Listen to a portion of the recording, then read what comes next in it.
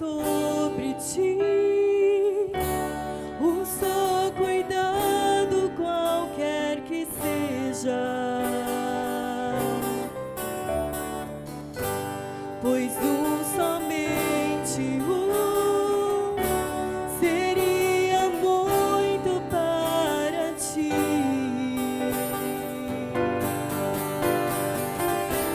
É meu, somente meu, todo o trabalho,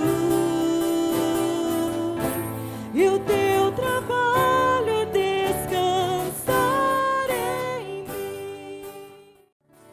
Teu amor é constante em meio aos temporais, ele a tudo resiste, com misericórdia e paz. Fiel tem sido Deus, e sempre assim serás, comigo estarás, e é por isso que meus lábios sempre te louvarão, sempre te louvarão. Meus lábios sempre te louvarão, sempre te louvarão.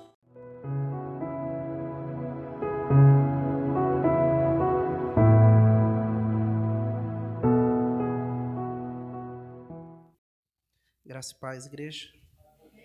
Mais uma noite nós estamos aqui para agradecer ao nosso Senhor o que Ele tem nos feito.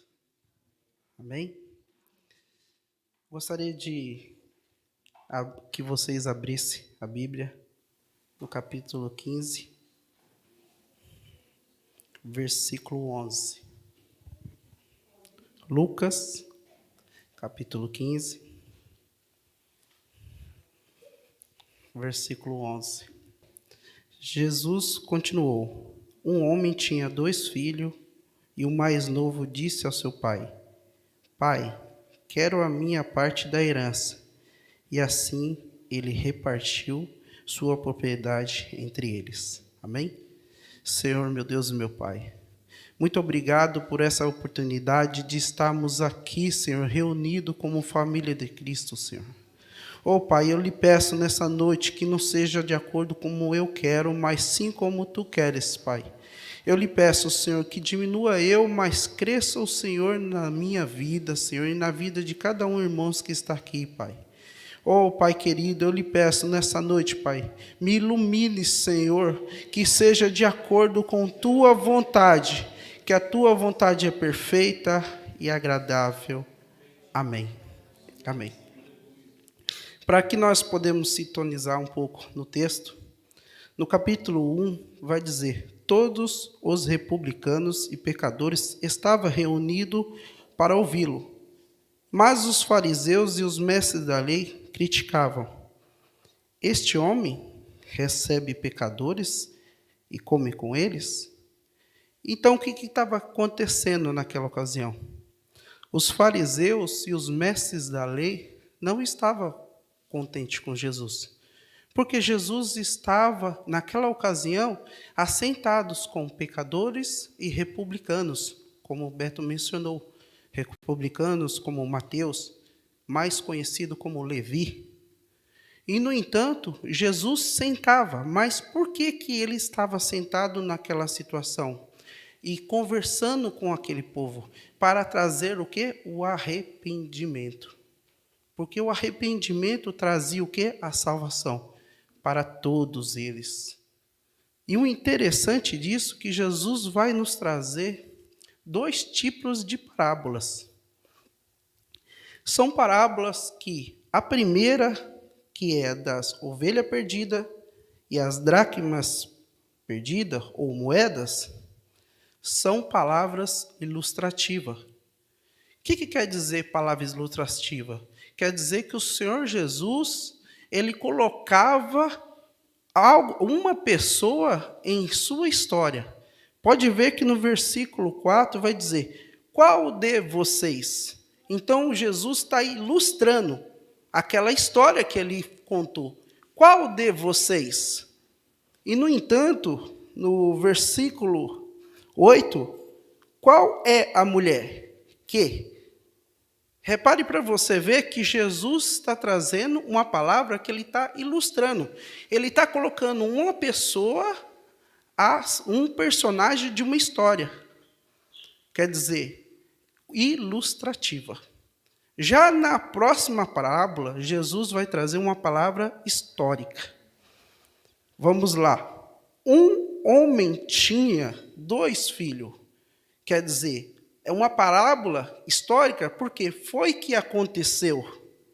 Foi um fato que aconteceu nos antepassados. São histórias que Jesus estava contando que aconteceu. Quer dizer, pais dos nossos pais, contaram isso. E aonde que chegou até Jesus. Mas nessa noite você pode me perguntar, Alex, como que você prova isso? Salmo 78, versículo 2 ao 3, vai dizer: em palavras abrirei a minha boca, proferei enigmas do passado, que ouviram e aprenderam do que seus pais o contavam. Então, são parábolas históricas que os pais dos nossos pais contaram. Então, Jesus está trazendo uma parábola histórica, porque foi um fato que aconteceu. E aí, aonde que nós podemos chegar ao tema dessa pregação, desse culto de hoje? Filho do Pai. Em que tipos de filhos nós estamos sendo? É uma maneira de a gente parar para analisar. Que tipo de filho que eu fui? Que tipo de filho eu sou? Que tipo de filho eu estou sendo? É uma coisa que a gente temos que refletir. Eu não sei se eu fui um filho muito bom, tanto para o meu pai, tanto para a minha mãe, porque em casa, minha mãe está aqui, é de prova, as vassouras só vivia quebrada. Minha mãe falava, filho, eu vou ali, vou vender isso, vou vender aquilo, cuida do arroz. Será que eu cuidava? Eu deixava queimar, tinha vez.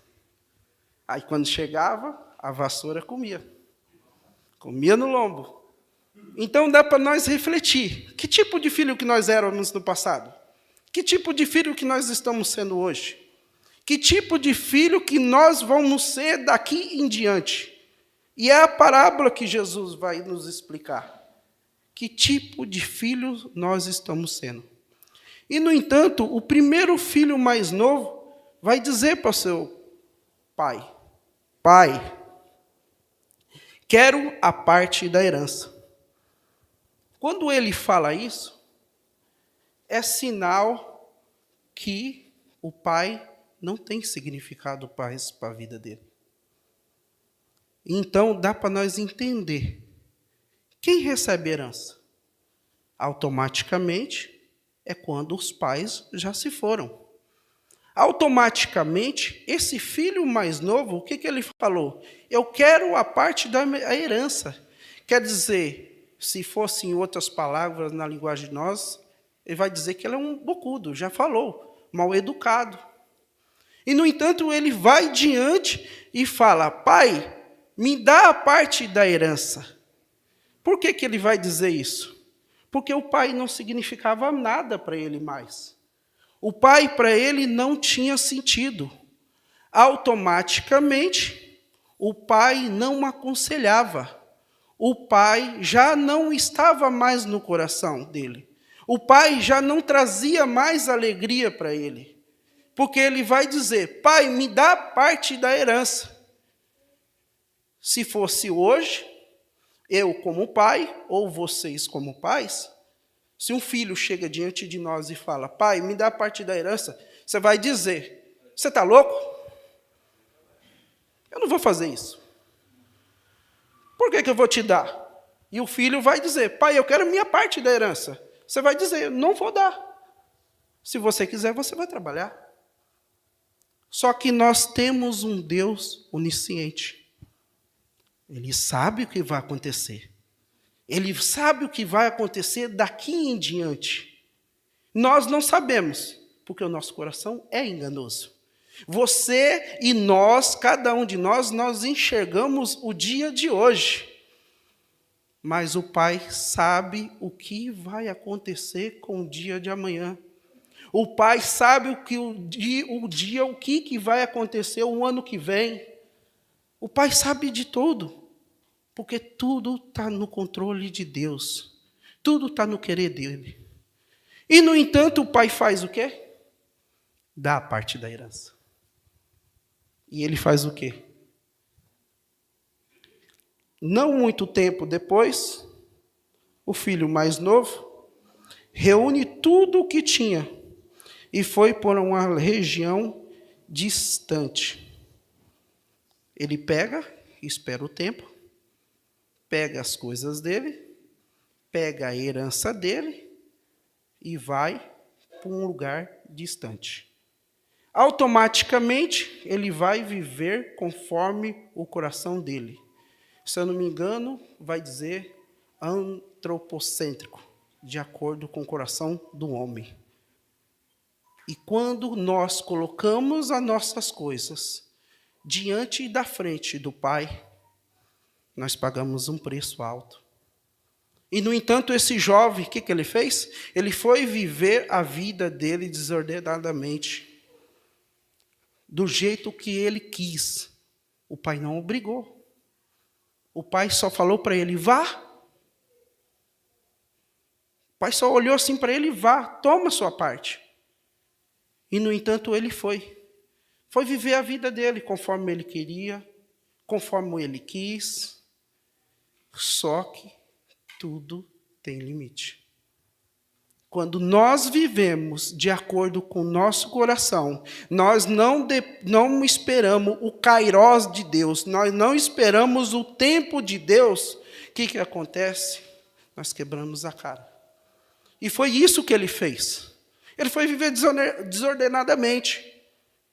Ele foi fazendo conforme o coração dele, conforme a vontade dele. Ele não esperou o kairós de Deus, o tempo de Deus. E às vezes é o que acontece em nossas vidas. Nós não esperamos o tempo de Deus. Nós queremos, às vezes, nossos objetivos, nós queremos almejar as outras coisas para nós, mas não esperamos o tempo de Deus. E foi isso que ele fez. Ele foi viver de acordo com o coração dele. E você sabe, tudo que tira e você não repõe, um dia acaba. E foi o que aconteceu com esse filho mais novo. Ele foi viver conforme o coração dele, conforme a vontade dele, conforme os objetivos dele. E, no entanto, pagou um preço altíssimo. No entanto, ele sofreu. No entanto, ele passou por muitas provações. E é o que ele foi passando. Às vezes, foi até amigos que aconselhou ele, que era o que ele queria que fizesse. Vamos viver nossas vidas para fora. Vamos viver nossas vidas fora do Pai. E, às vezes, as circunstâncias, as coisas que acontecem em nossas vidas, nós vamos distanciando da presença do Pai. Mas como assim, irmão? Às vezes as nossas amizades, às vezes os nossos trabalhos, às vezes até os nossos mesmos, das nossas próprias casas, nossos próprios familiares, porque nós colocamos as coisas em primeiro lugar do que Deus. E aí, Deus permite. Quer viver sua vida? Então viva conforme a sua vida. Viva conforme o teu querer. Viva conforme os seus objetivos. E não esperamos o tempo de Deus. E foi o que aconteceu com esse jovem. Ele sofreu, pagou um preço altíssimo. E, no entanto, quando bateu o simancol, ele caiu em si. Versículo 17. Ele caiu em si. O que aconteceu? Ele lembrou da casa do pai. Por quê? Ele já tinha perdido a honra. Ele já tinha perdido a liberdade. Ele já tinha perdido a esperança. Ele já tinha perdido os conselhos do pai. Ele já tinha perdido o aconchego do pai. Ele já tinha perdido o amor do pai. Porque ele estava preocupado com umas coisas e esqueceu do pai. E é o que acontece, de vez em quando, comigo. Às vezes a gente, devido nós vivemos nesse mundo pecaminoso, tem momentos nós se distanciamos do pai. Eu não estou falando de igreja, eu não estou falando de ministério, eu estou falando assim, cuidado com que você pode sair da presença do pai. Porque você pode mudar de ministério. Mas você não pode perder, é o quê? O amor do pai. Você não pode perder o aconchego do pai. Você não pode perder o carinho do pai. E foi o que esse jovem fez. E, no entanto, o filho mais velho, quando viu ele retornando para a casa do pai, porque o pai aceitou ele, o pai é misericordioso. O que aconteceu com o filho mais velho? Ele se irou. O versículo 28 vai dizer: o filho mais velho encheu de ira e não quis entrar. Porque quando nós voltamos para a casa do pai, há alegria.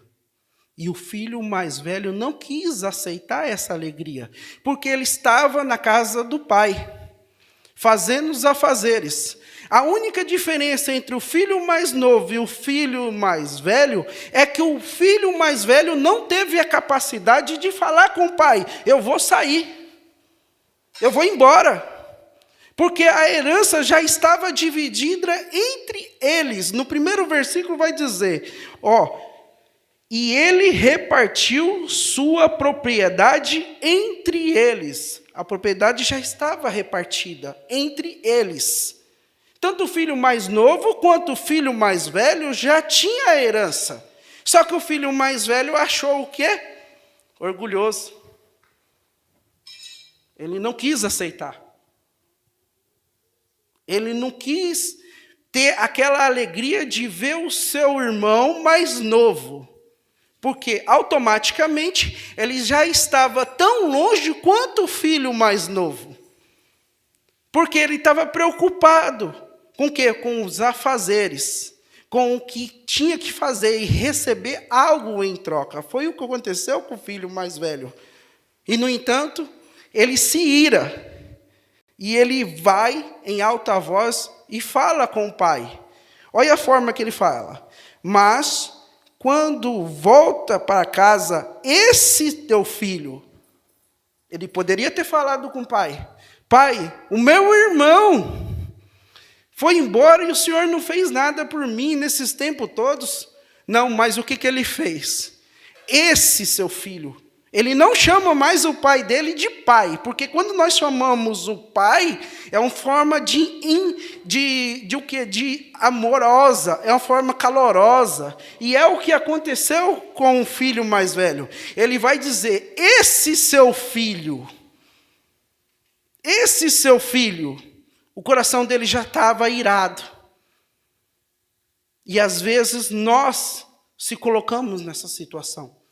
Nós achamos que estamos na casa do Pai. Tantos anos nós achamos que temos um grau de espiritualidade maior do que o outro que está chegando hoje. Eu vou fazer isso porque eu vou receber algo em troca do Pai. E, no entanto, o pai convida tanto o filho mais novo e o filho mais velho: venha fazer parte dessa festa. E, no entanto, o pai vai disse, pai,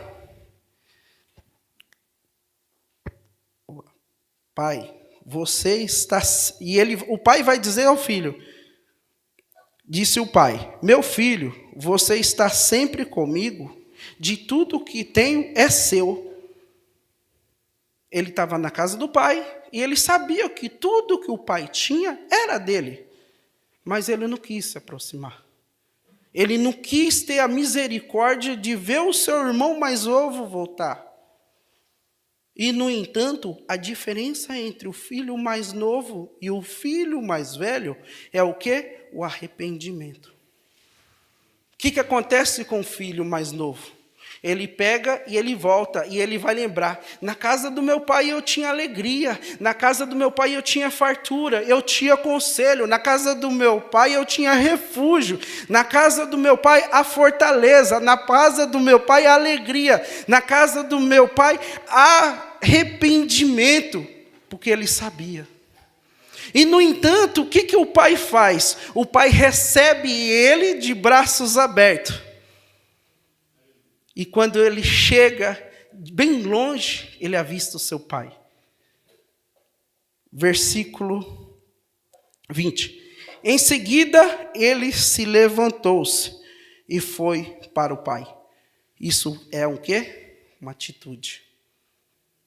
Ele teve a atitude de se levantar para ir ao encontro do pai, porque ele se lembrou do pai, o que ele tinha. O filho mais velho não aceitou isso. O filho mais velho não quis. Mas o filho mais novo aceitou. Porque ele já tinha perdido a honra, ele já tinha perdido a liberdade.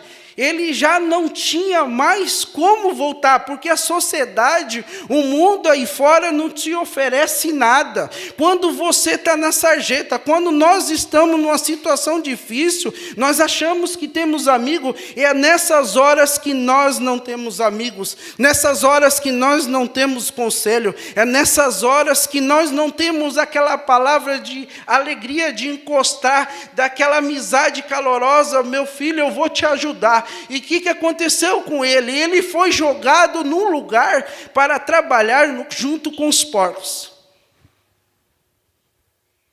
E quando nós vamos se lembrar de porcos, é um serviço terrível. Poxa vida, um homem mais próximo dele poderia dar um serviço um pouco melhor. Mas não, colocou ele logo com porcos. E já tinha fome, porque já não tinha nada. Ninguém ajudava, ninguém aconselhava. Os amigos estavam longe. O irmão sequer nem se foi atrás dele. Poderia ter ido atrás do próprio irmão, mas não, ele não teve piedade. O irmão ficou preocupado com os afazeres da casa do pai. O irmão poderia ter saído. O irmão poderia ter ido lá diante. Falou assim, vou procurar meu irmão. Mas ele estava longe. E, no entanto, que ele volta para a casa do pai. Isso é um arrependimento. E ele vai dizer, na casa do meu pai, eu tinha de comer. Na casa do meu pai, eu tinha fartura. E ele volta para a casa do pai.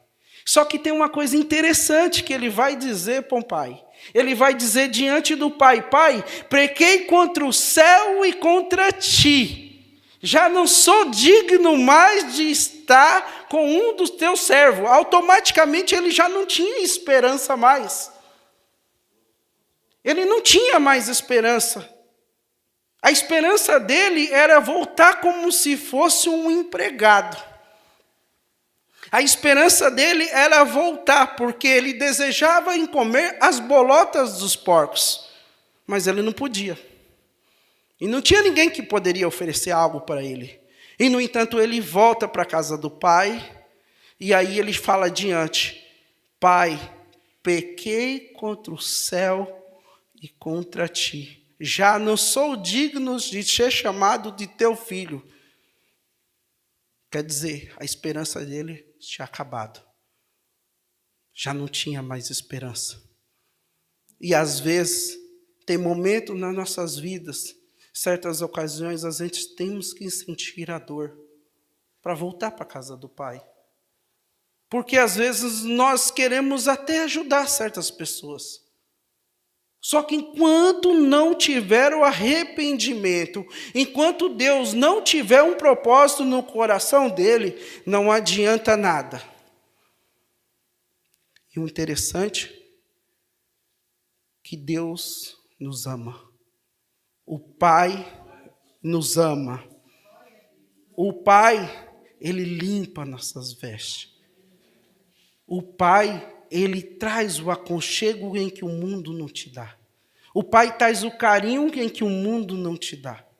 O Pai traz a felicidade em que o mundo pode te dar. Você pode ter tudo, mas se não tiver o Pai, você não tem nada. Mas se você tiver o Pai, nós temos tudo. E o interessante é que o Pai vai dizer aos seus servos, aos seus empregados, naquele momento. Vamos lá. E estando ainda longe, seu pai, versículo 20, tá? E estando ainda longe, seu pai viu e cheio de compaixão, correu para o seu filho e abraçou e o beijou. E seu filho disse: Pai, pequei contra o céu e contra ti. Não sou mais digno de ser chamado de teu filho. Mas o pai disse ao teu servo: depressa, traga a melhor roupa, vista ele, coloque um anel em seu dedo, calçado em seus pés. Olha que interessante. Troca suas vestes,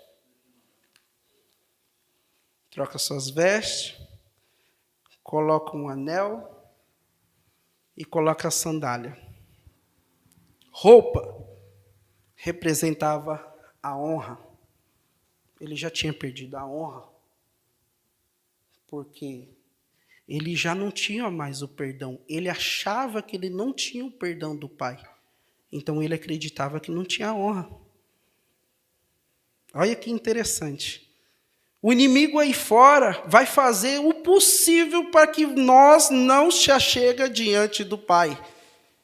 Ele não vai te perdoar. Ele não vai te aceitar na tua casa. Ele não vai te querer. Mas quem é o inimigo diante do Deus vivo? O Senhor traz renovo. O Senhor renova. E o Pai, o que faz? Depressa. Ele vai dizer, depressa, traga uma roupa. A roupa significa a honra. Ele já tinha perdido a honra. E sua honra, seu Pai fez dignidade. O Senhor nos trouxe honra. O Senhor, pelo sangue de Cristo, Ele nos purificou. Ele nos lavou. Nós éramos como ovelha perdida, destinada ao matadouro. Mas o Senhor nos trouxe honra. O Senhor trouxe honra para os nossos dias. Ele nos limpou. Ele nos lavou. Ele nos trouxe honra novamente. E o interessante é que o Pai vai falar sobre anel. Anel significa autoridade, restituição. A autoridade, nós vamos lembrar de José. José estava preso e Deus permite que ele interprete o sonho do faraó. E, no entanto, o faraó pegou e colocou um anel. Não foi aliança, foi um anel. Significa o quê? Autoridade. Jesus nos deu autoridade. Em nome de Jesus. Em nome de Jesus, o Senhor coloca um anel em nossos dedos. Esse anel quer dizer o quê? O sangue de Jesus tem poder. Essa autoridade que o Senhor dá é para que nós podemos repreender os obstáculos das nossas vidas. O Pai deu para ele. São as dificuldades, são os problemas das nossas vidas. Em nome de Jesus, o meu Deus que eu sirvo é maior do que esse problema. Em nome de Jesus, essa dificuldade que eu estou passando, o nome de Jesus é maior do que essa dificuldade. Em nome de Jesus, Ele nos traz cura. E é o que aconteceu com o pai. Quando ele retorna, o filho mais novo não tinha honra, o pai deu, trocou as vestes. Ele não tinha autoridade, que era o anel, e o pai deu para ele. E mais ainda, troca o quê? As sandálias. As sandálias significava escravo. Escravidão. Nós éramos escravos.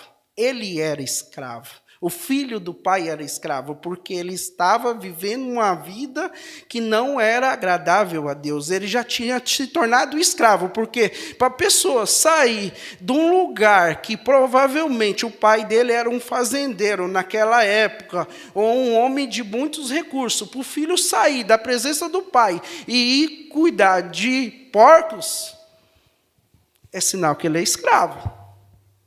E nós éramos escravos do inimigo.